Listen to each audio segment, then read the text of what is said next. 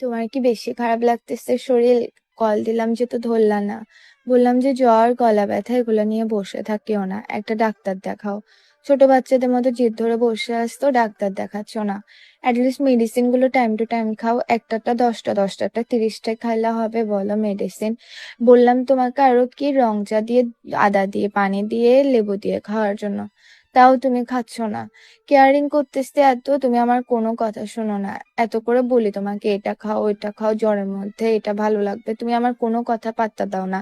পাত্তা দিবা কেমনে? পাত্তা দিবা যে তো ওই বেটি গুলাতে, যে বেটি গুলার ছবিতে যাই লাভ রিয়েক্ট দেশ, তারপর চ্যাট জিটিপিতে যাই বলস যে হানিয়া মিরের পাশে আমার কল্লা এটা কাটিয়ারে বসাই দেন।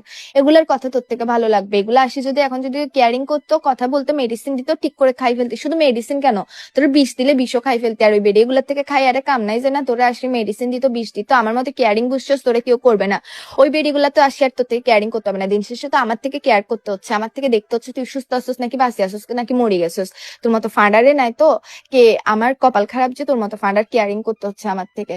জীবনে আসলে বুঝছস সবচেয়ে বড় ভুল করছি, তোর মতো লুচ্চা স্যাসেরা ফান্ডাকে আমি, মানে তোর সাথে আমি প্রেম করে বুঝছস। আর কিছু বলার নাই আমার থেকে।